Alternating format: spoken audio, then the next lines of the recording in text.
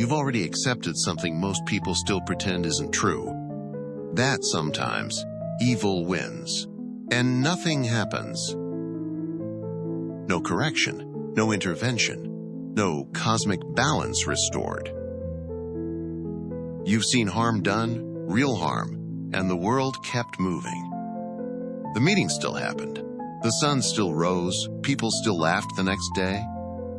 Not because it was justified, but because it didn't matter enough to stop everything else. And at some point, quietly, without saying it out loud, you stopped expecting justice to arrive on time. Or at all. You were taught that evil triggers a response. That cruelty summons consequences. That someone, God, the universe, morality itself, steps in. But experience taught you otherwise.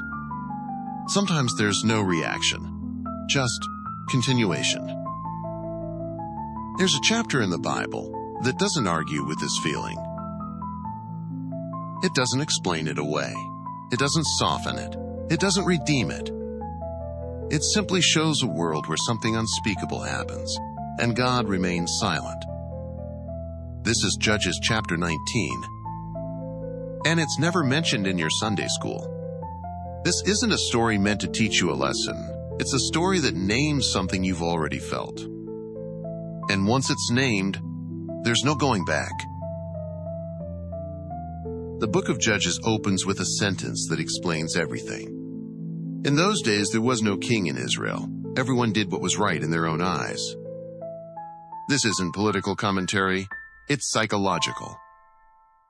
A world without a center, without shared restraint, without anything strong enough to say, this stops here. Judges isn't about heroes. It's about erosion. Slow, moral erosion. Spiritual erosion. The quiet decay that happens when people stop believing their actions are being witnessed. Not punished. Witnessed. You've seen this. Not in ancient Israel, but in workplaces, in families, in systems that used to have rules. The moment when someone realizes no one's actually watching, that accountability is optional, the consequences are negotiable. And something shifts.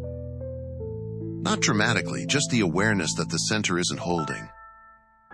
That what used to be unthinkable is now just possible. Judges chapter 19 doesn't begin with monsters. It begins with ordinary people. That's the point. Evil doesn't always announce itself. Sometimes it just emerges. When no one's strong enough to say no. When everyone's too afraid to intervene. When the cost of stopping it is higher than the cost of allowing it. And that's when you realize the abyss doesn't need to fight. It just needs you to look away. This story follows a religious man, a Levite, a man of God. Not violent, not insane, not overtly cruel, just normal. He travels with his concubine, a woman bound to him, lower in status than a wife. They need shelter for the night. They stop in Gibeah, an Israelite city, their own people. Surely they'd be safe there. They weren't. An old man takes them in, but in the middle of the night, a mob surrounds the house. Men from the city, violent, demanding. They want the Levite. The old man, desperate to protect his guest, offers them women instead. His own daughter, the Levite's concubine. And the Levite doesn't protect her. He doesn't fight for her. He doesn't shield her. He takes her, and he pushes her outside to save himself. This is the moment people don't want to see. Not because it's ancient, but because it's familiar. The moment when someone could say no, could stop what's about to happen.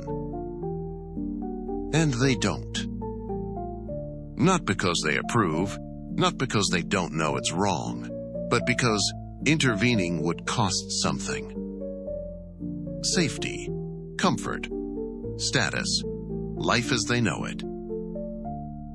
So the harm is allowed to happen. Not celebrated, not even justified. Just allowed. Dostoevsky understood this.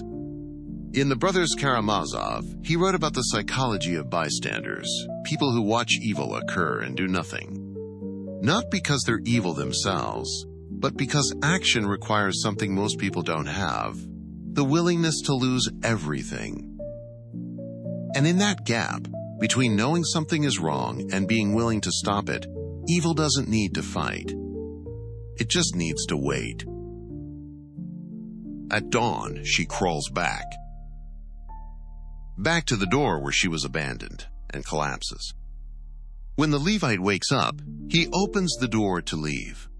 And there she is, lying at the threshold, hands on the doorstep. He looks at her and says 3 words. Get up, let's go. No grief, no horror, no recognition of what he's done. Just impatience. And when she doesn't respond, because she's dead or dying, he puts her on his donkey, takes her home, and cuts her body into 12 pieces. Think about that image. A body fragmented, scattered, torn apart. It's not just violence, it's a symbol. A symbol of a nation that has fragmented itself. A people who have torn themselves apart, morally, spiritually, socially. Her body mirrors the nation, broken into pieces, unable to be whole. And the violence done to her is the violence they've done to themselves. When it's over, there's no thunder, no cosmic signal that something irreversible just occurred. Morning arrives like any other. And this is where the text becomes unbearable. Not because of what happened, but because of what didn't. No grief, no repentance, no moment of recognition. Life resumes. The body becomes an object, evidence, a message, not a life mourned. The violence doesn't end the world, it just gets absorbed into it. Nietzsche said, when you stare into the abyss stares back. He meant this, that when a society becomes violent, violence becomes its language. When there are no answers, destruction becomes meaning. The Levite couldn't make sense of what happened, so he created meaning through violence. He turned her body into a message. Not because it would bring her back, but because violence was the only language left. You asked where God was. Here's the answer. God says nothing. Not before the violence, not during it, not after. No angels descend, no fire from heaven, no voice from the clouds condemning what happened. Just silence. Vast, echoing, unbearable silence. You've been there, praying for something to change, begging for an answer, a sign, anything. And nothing comes. You watch someone you love suffer, and you pray, and God is silent. You lose something you can't get back, and you scream into the void, and the void doesn't scream back. And if that makes you uncomfortable, it's because you've seen this before. Not in scripture, but in life. In headlines. In personal histories no one talks about anymore. Time passes, and the silence stays intact. Albert Camus wrote The Plague as a meditation on gratuitous evil. Evil that serves no purpose, evil that teaches no lesson. Just suffering, random, senseless, unstoppable. In the novel, a priest and a doctor argue.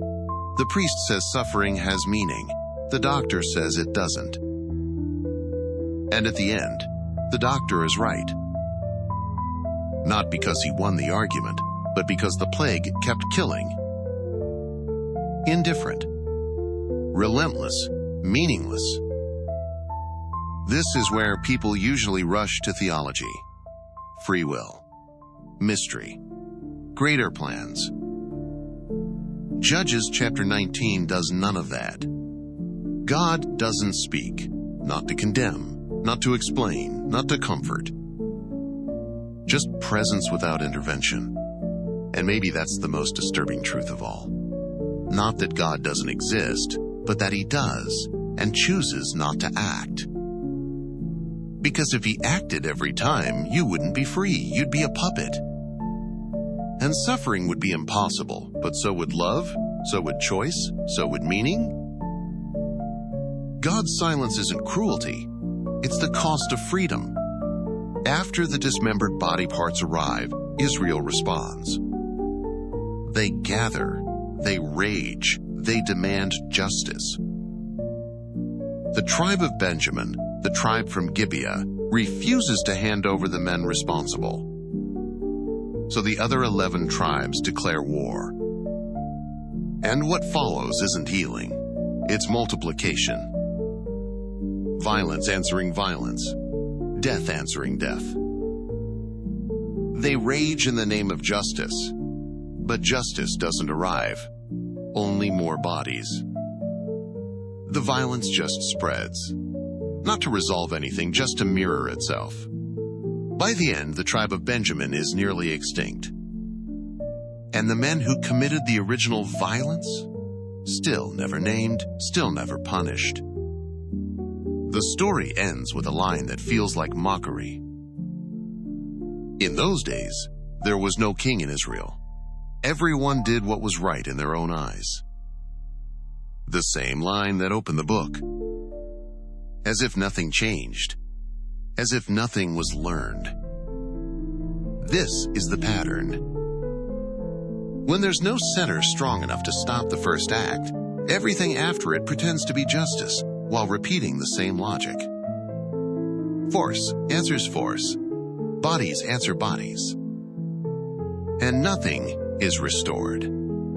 You've seen this, not in ancient wars, but in arguments that escalate, in relationships that spiral, in nations that retaliate. Not because violence solves anything, but because when justice fails, revenge becomes religion. Kierkegaard said, "Faith is a leap." Not because faith is irrational, but because it exists beyond reason's ability to control the world.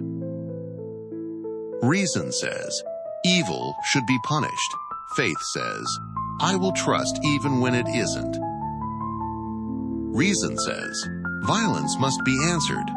Faith says, I will stop the cycle even if it costs me. That's the leap. Not into certainty, but into uncertainty. Not into answers, but into silence. The Israelites couldn't make that leap. They demanded justice. And when justice didn't come, they created it themselves.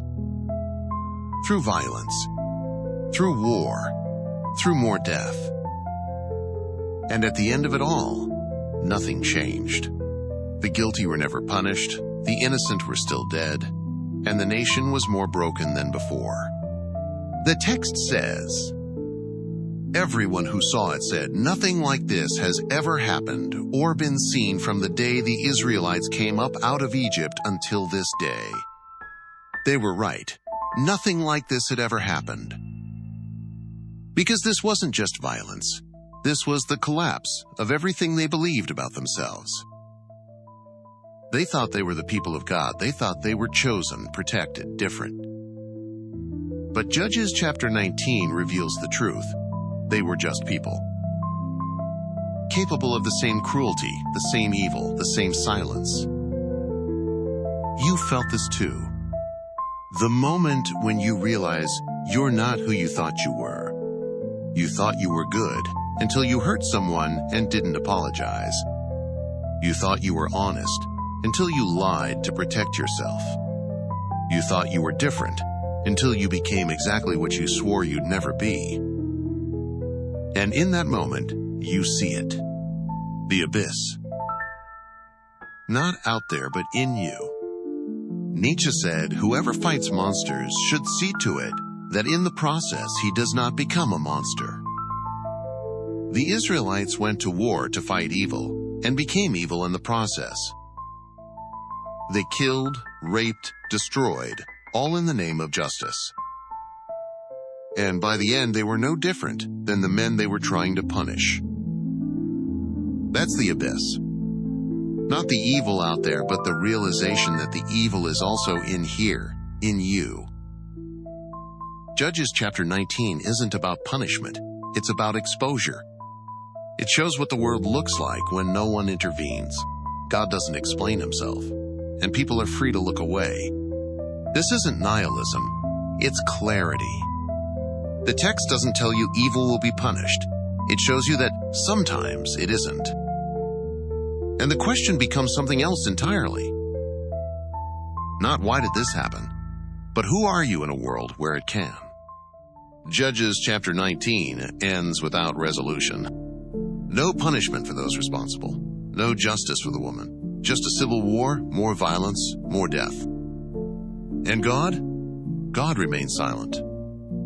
Not because he's absent, but because he refuses to explain. This isn't ancient history. It's a warning without comfort. A reminder that faith isn't insurance, that morality isn't automatic, that silence doesn't mean absence. It means responsibility shifts downward, to witnesses, to bystanders, to you. Not to save the world, but to refuse becoming numb inside it. Most people avoid this story because it offers no comfort. But maybe that's exactly why it matters. What Judges chapter 19 offers isn't comfort, it's clarity. The clarity to stop waiting for justice that never comes. The clarity to stop expecting evil to be punished. The clarity to see the world as it is. Not as you were promised it would be, but as it actually is. A world where violence happens, where evil exists without explanation, where God watches but doesn't always intervene, and where your faith isn't based on guarantees, but on the choice to remain human in a universe that doesn't promise fairness. Judges chapter 19 doesn't ask you to believe harder, it asks you to see more clearly.